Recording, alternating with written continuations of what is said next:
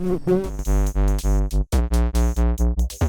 today's video, we're going to take a look at the new OnePlus 8T, and it's currently $749 on the OnePlus website. It comes in two different colors, aquamarine green, which is basically teal, and lunar silver. Now there's only one option when it comes to storage, but it's a pretty good option. 256 gigabytes of storage with 12 gigabytes of RAM. That's actually more RAM than my OnePlus 7 Pro. I think the version I've got only has 8 gigabytes of RAM. Oh, and if you pre-order right now, you also get a mystery gift, which from what I can tell is maybe a water bottle. I'm not sure. We're gonna have to open that up and see. This is the first time that I got a T model. Usually I get the first one. I'm not really sure why, it just always works out that way. But the new feature with this device is it's got Warp Charge 65. 120 Hertz fluid display. That's definitely an upgrade from my 90 Hertz on my OnePlus 7 Pro. It's also got a Snapdragon 865. And of course, this is a 5G phone. And it's got a 48 megapixel quad camera. First, let's open up the mystery gift and see what it is. I'm gonna take a wild guess and say that's a water bottle. Okay, yeah, I was right. Okay, so that's pretty nice. Let's go ahead and open this up and see what we've got.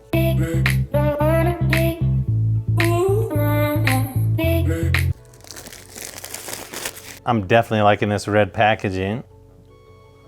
Pretty cool packaging, I gotta say. So you got your quick start guide, safety information, SIM card removal tool, and they even throw in some OnePlus stickers, so that's nice. Okay, that definitely feels lighter than I thought it would be. Here's your USB-C to USB-C charging cable. I didn't think this was possible, but I think the charging brick is even bigger than the Warp Charge 30 I have. Obviously, this is the lunar silver. I'm just not really a big fan of teal, no matter how fancy of a name they give it. Okay, yeah, I'm glad I got this color instead. It's got a real nice matte finish on the back, and even though it's silver, it's definitely got a light blue tint to it, depending on how the light hits it. There in the back is the new quad camera system. Now, unfortunately, you don't get a headphone jack with this phone. Glad to see they still got the alert slider there on the right-hand side. Volume controls there on the left-hand side. Microphone on the top. There's another one on the bottom, along with your SIM card tray, USB-C charging port, and then you got a speaker there on the bottom as well, and up by where the earpiece is.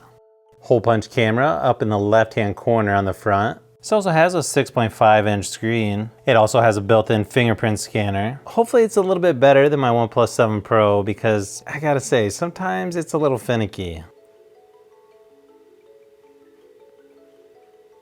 You can also use navigation gestures or the more traditional 3 buttons. Here's a quick size comparison just to show you what it looks like next to my OnePlus 7 Pro. What you can see, it's pretty much the same width, just a little bit shorter.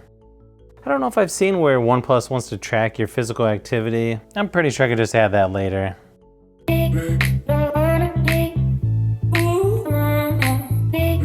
I can tell already the software on here definitely looks a little different. On my OnePlus 7 Pro, when you swipe to the left, you get your shelf. It looks like now they've got it to where you just swipe down and you can access that stuff.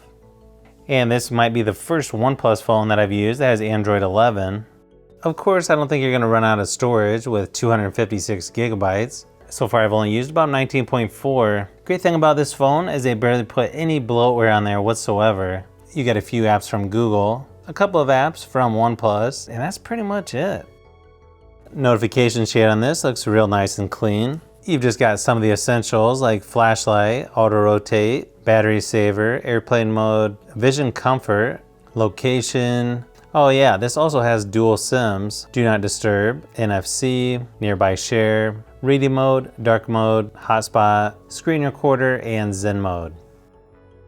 I have to admit, I do like it that you've got the Google News feed again once you swipe to the left on the home screen.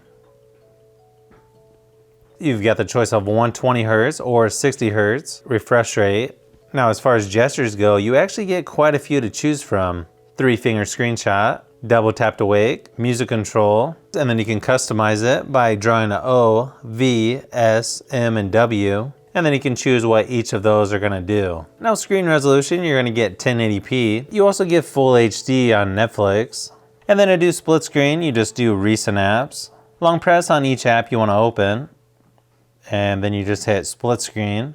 Unless, of course, that app doesn't support it. Google Assistant by Lenovo. And this is with a smart charging station.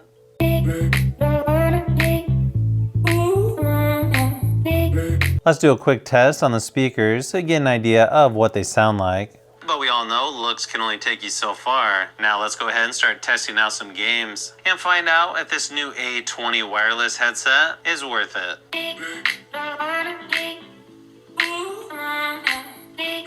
This is a mic test for the Astro 820 gaming headset. If you're new to my channel, in the second half of the video, I usually like to do a mic test as I give you my overall thoughts. So you'll definitely want to use headphones for this portion of the video to hear what the mic sounds like for the Astro 820 wireless gaming headset. Okay, speakers on here nice and loud. I don't know if they're going to win any awards as far as best sounding or the loudest. Overall though, I think they're actually pretty good. Now let's take a quick look at the cameras. Looks like you've got quite a few modes to choose from. You've got time-lapse, panorama, slow motion, video, photo, portrait, nightscape, and pro. Now for video, this actually goes up to 4K at 60 frames per second. It also has a 4K cinema quality where it's a 21:9 aspect ratio. It's also got ultra shot HDR. And you can choose between 4:3, 1:1, or full aspect ratio. It also has a mirrored selfie photo, long press shutter to record video. You can do slow motion at 1080p, 240 frames per second. You can see here it's got a quick share when you long press the gallery thumbnail. And it also has a super macro mode. Okay, so the camera on here definitely looks pretty nice. Definitely has a lot of detail as well. Here's a few more samples of photos and video, just to give you an idea of what to expect. In my opinion, yeah, this phone is actually really good at photos, especially once you switch over to 48 megapixels. It seems just as good as my OnePlus 7 Pro, maybe slightly better. I still don't think it's as good as the Pixel phones. When it comes to portrait modes, it's really tough to beat Pixel phones on portrait mode anyways.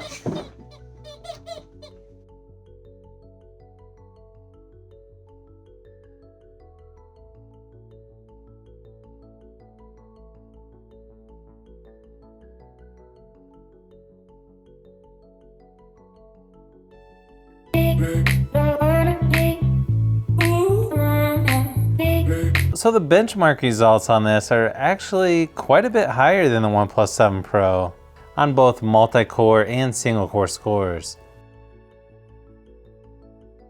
So I tested out games like PUBG Mobile, Call of Duty Mobile, and Asphalt 9, and of course they all played really nice and smooth, all with high resolution graphics and pretty good frame rates. It also has a game mode where you don't get interrupted while playing games, so that's definitely nice to have. Overall though, if you're wanting a phone with pretty good graphics while gaming, yeah, I would definitely recommend this one. Here's some more game footage just to give you an idea of what it looks like.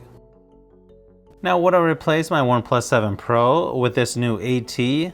Actually, as far as performance goes and cameras, yeah, I probably would. Really the only advantage I think the OnePlus 7 Pro has over this is that there's no camera in the screen, so it just makes it look that much better when watching movies or playing games. But pretty much everything else, yeah, I would definitely buy the OnePlus 8T.